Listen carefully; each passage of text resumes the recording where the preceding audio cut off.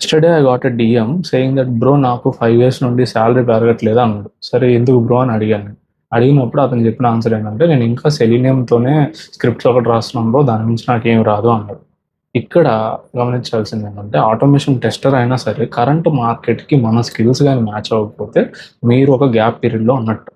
ఒక 2 months కానీ 3 months కానీ టైం పెట్టుకొని ఫస్ట్ నీ కరెంట్ స్కిల్స్ని అప్గ్రేడ్ చేసుకో, కరెంట్ మార్కెట్కి మ్యాచ్ అయ్యేటట్టుగా. సో ఆటోమేషన్ టెస్టర్స్ అయినా సరే, మాన్యువల్ టెస్టర్స్ అయినా సరే, మోస్ట్లీ నేను గమనించింది ఏంటంటే ఆటోమేషన్ టెస్టర్స్ ఎల్ఎల్ఎంస్ని చాలా ఇగ్నోర్ చేస్తున్నారు.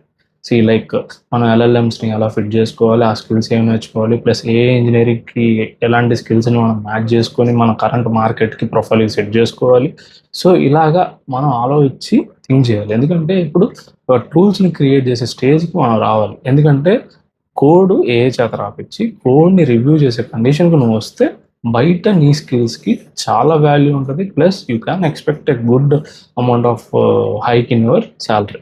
సో మనం అసెట్ లాగా మారాలి, కానీ మేనేజ్మెంట్ అప్పుడు హైక్ ఇవ్వడానికి ఆలోచిస్తాయి.